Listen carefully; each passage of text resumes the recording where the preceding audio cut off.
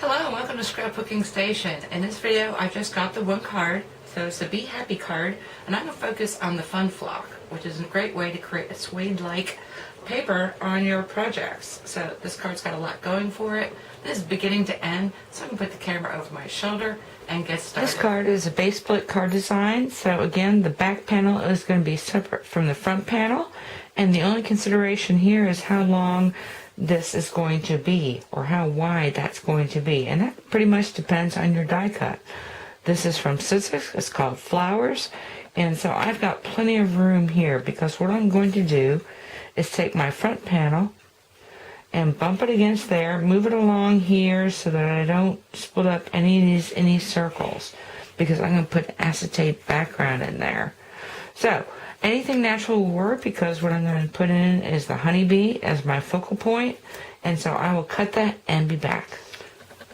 Okay, so I've come back from cutting this off with my Big Shot, and you always want to work against the grid paper. Let me move this out for a second. And so I've got this cut. I want to keep it intact as much as I can. So if you're using a border punch or something, it's going to be a little bit more persnickety, but your front panel needs to be the front of your card size, so this is going to be 5.5 by 4 1/4. Again, I rounded off those edges. Now, before I take anything apart, when I assemble this, and let me just turn it to the inside, because what I've done is taken a strip of acetate, and I've just glued it along both edges, tucked it in between the front of my card and the back of my card, and that's going to make this window, this border window. And then I wanted to make sure that I didn't put glue anywhere, and then I just need to pluck this off. Yes, save this piece, because we're going to be using that for later. Okay, so I've got pretty much the base of my card done. I know I'm going to have to cover up this glued edge on here, and so I will do that. But now we're going to flock, and this is Fun Flock. It is, never going to use all of it. And so what I've got here is a strip of my yellow and a strip of double-sided adhesive. And I'm going to talk to that in a little bit. As I peel this off, I cut this just inside of my strip of yellow, because I'm going to want to cut another border with this. So I'm going to place this down and really smash it. Okay, so I've got that on there, and all I need to do at this point is peel off this backing. And this is a double-sided adhesive sheet. And this comes from hot off the press. It's like this, and it's actually a sheet. So if you're doing your inlay or whatever, it would pull up all by itself. And I find this to be the best. The reason I'm using the yellow backing is this is the same sheet on white. On black. This is the same sheet on white. If you use a transfer sheet or the Scissors permanent double-sided adhesive, you really don't want to do that, because the image, well, you might want to do that depending on what your project is. But when we get done, it's going to look like this. And this is the product I'm talking about. It's Fun Flock. There is so much of this. It's kind of like embossing powder. You will never use it all. So I'm going to tamp this out. Go ahead and put plenty on.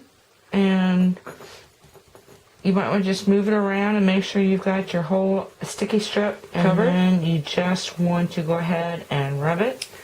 So as I'm rubbing, if I notice I've got some bald spots, I just keep stacking these niblets out from the side and putting them on and just trying to get that smooth surface. And the reason you do something like this, well, first off, I have this really pretty black suede, which I was going to try and substitute. Well, first off, black suede or suede paper is very expensive. I didn't have a yellow I wanted, so this way I can make a yellow. So I'll be back with the finished strip. And you're done when you don't tamp off anymore, and really the hardest part is about getting this back into your jar, because you use so little of it. I mean, it's really clumpy when it comes out. And you've got to kind of tuck it back in here. And I'm going to show you the finished photo, because it gets kind of fluffy, and you might need to throw some away. Okay, so I came back with my die cut, and I already used the centers, which was the reason I was doing that. But since I've got these flowers, excuse me, went ahead and clipped some apart, making a nice little cluster, which I'm going to use on the inside. Besides running it through a die cut, you can punch it. It stays really pretty. And then I just used a Sharpie marker to draw my smiley face.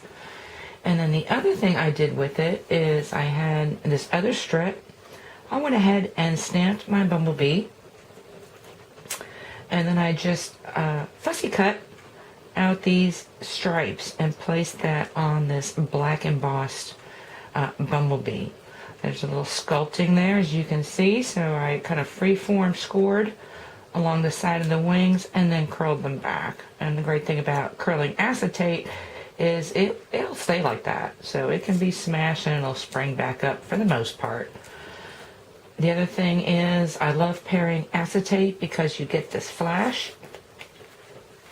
I'm going to say, yeah. You get the flash, and so with heat embossing, really nice, because heat embossing's got a nice shine to it. So that's my tag. Here's my front focal. I'll get that on there. And I did want to talk about structure a little bit more, because this front isn't as firm as I'd like it to be. So when I attach this, I'm going to move off this way. Make sure when I glue it down, I'm not going to be hitting this acetate. So I'm going to probably tack it there and then put a pretty significant amount of glue in this portion. And that's going to help firm up this front. So I've got that guy, this bumblebee. I've got him on dimensionals. He's going to be coming up something like that. Really pretty. Then the inside. When I added this lace to the card, I punched that hole. And then here is that innie. So I use that on the outside. It doesn't completely cover, but it's intriguing enough where that's going to hold. I'm also going to use this cluster of flowers, which I kind of prepared independently. So I know it's not going to attach. And I'm probably going to run it across the back. Again, making sure I just glue onto my cardstock or behind this window, this border window. So that's going to be there. Now, again, you all probably recognize this. Like on the front, after I did this, and this is a piece of Avery single-sided adhesive dusted with that flock. So a different sort of color from this, just something to consider. But now on the inside, I've got my floral framelits. This is a piece of acetate, which my subscribers probably recognize from my acetate video, which I never did use, so now would be a good time to use it as a backing. And then this is heat embossed. So let me add this. This is already on here. Let me put the butterfly on top and take a couple photos. Anyway, the only other thing I wanted to add is acetate. When you heat emboss it, you want to be really light with that Versamark. Otherwise, you're going to get a bumblebee like this. The other thing is cutting these strips out from a pattern. Worked really nice, and attaching them. This is one I did where I just put glue down. But you can see when you smash the floss, you also smash your glue. Not as elegant. Anyway, I hope you took something with you can use in your own card making. Stay tuned for the photos because I've got several. And thank you for watching.